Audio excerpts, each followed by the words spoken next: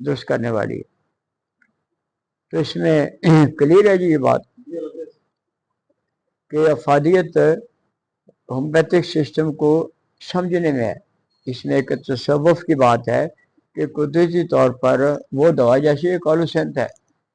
اگر آپ کو اکثر ایسے مریض بھی آتے ہیں کہ کوئی مشکل کام نہیں ہوتا, ساری کالوسینت کے علامات نہیں ہوتے, وہ کہتے ہیں مجھے یک طرفہ ڈیزیز ہے, مجھے کچھ دنوں سے اتنی زبردست پیٹ میں درد ہے اور کچھ بھی نہیں ہوتا, اور نہ آپ کو وہ پیاس کا کلیئر کرے گا, نہ آپ کو بہت گرمی کا کلیئر کرے گا, نہ آپ کو بہت سردی کا کلیئر کرے گا. وہ کہے گا یہ غصہ ہے اور درد ہے. اس میں بھی افادیت ہے کہ پھر آپ اس کو جتنا اس کا اس وقت کا موجودہ, پھر اب کرونک میں نہیں جاتے, سمپلی آپ دیکھیں گے کہ اس کو وہ جب ڈوز دیں گے نا آپ کالوسینتھ کی, تو یہ قدرتی بات ہے اس کے کم از کم درد کی شدت کو فوری طور پہ کام کرے گا, بیماری کے نام پر نہیں. جب وہ یہ کہتے ہیں کہ مجھے پیٹ کو دورہ ہونے سے, دبانے سے, اس کو باندھ کے رکھنے سے سکون ہوتا ہے, تو آپ 2-3 چیز دیکھو, اس کو یہ دی, اس کو آرام آ گیا. ایسے لوگ آتے ہیں. اب ایک بہت بڑی دوا ہے جیسے نیٹومیئر میں ہزاروں لاکھوں لوگ شفا یاب ہوئے, لیکسس میں اس سے بھی زیادہ ہوئے. لیکن آپ کے پاس مریض آتا ہے تو لیکسس تو بہت بڑی دوا ہے, وہ کہتا ہے یہ چھوٹا بچہ ہے اس نے, اور کیا بتائیں, جب یہ رات کو سوتا ہے تو اس کی کھانسی قابو نہیں ہوتی.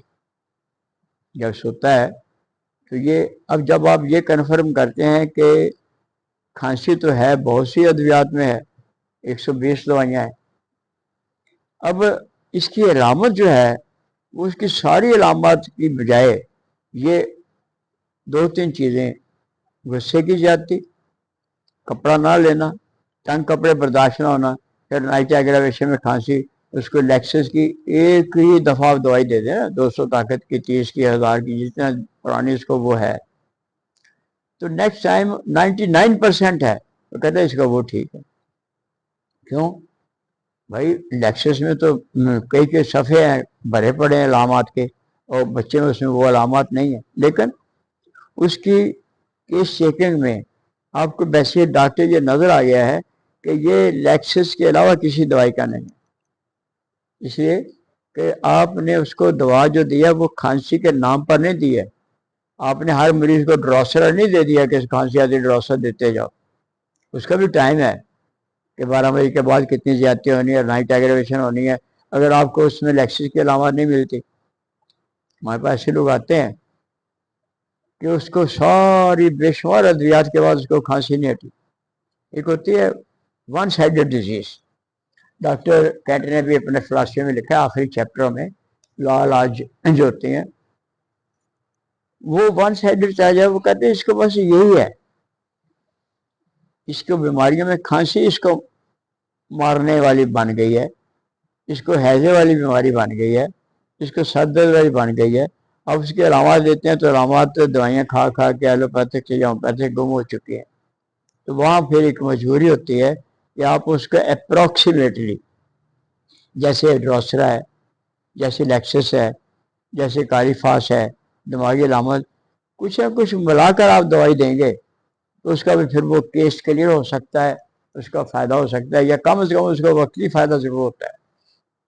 تو یہ اس میں آج کی بات میں پہلی بات یہ ہے کہ یہ جو ہماری میٹنگ ہوتی ہے یہ اس افادیت کے لیے ہوتی ہے کہ پورے پاکستان میں, باہر کے ملکوں میں بھی وہ لوگ اس نتیجے پہ پہنچ چکے ہیں اچھے لوگ کہ جب بھی کوئی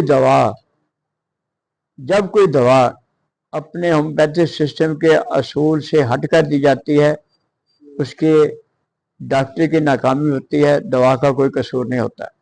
جب اس کے مطابق دی جاتی ہے تو بہترین افادیت ہوتی ہے. صرف اس لیے ہوتی ہے کہ اس کو بولتے ہیں دوائی بالمثل. جب وہ ریمیڈی ہوتی ہے, جب اس کو بیماری کے نام پر دیا جاتا ہے تو صرف میڈیسن ہوتی ہے, ریمیڈی نہیں ہوتی. اس کی مرضی ہے اس کو نقصان دے یا زیادہ نقصان دے. تو یہ بات ذہن میں رکھیں کہ کوشش کریں فلاسفی کیس چیکنگ سب سے اہم ہے. اس کا علامات کا جاننا کہ علامت کتنی امپورٹنٹ ہے، بہت اہم چیز ہے۔ اس کے بعد بیماریاں بھی آتی ہیں۔ اس کا نقصان نہیں ہے کہ آپ پھر بیماریوں کو دیکھتے ہیں کہ یہ دوا ان بیماریوں کو ٹھیک کر چکی ہے تو اس کا فائدہ ہوگا، تو یہ بہت اعلیٰ کام ہے، اچھا کام ہے، آپ کی کامیابی ہے، لوگوں کو فائدہ ہے کہ جو دوا دینی ہے اس کا جنرل مائنڈ موڈیلٹیز، جس میں پیاس بھی آتی ہے، نیند بھی آتی ہے، موسم بھی آتے ہیں، گرمی آتی ہے، اس کو ملا کے آسانی سے آپ کو سلیکشن ہو جاتی ہے تو کامیابی ہو جاتی ہے۔ Thank you very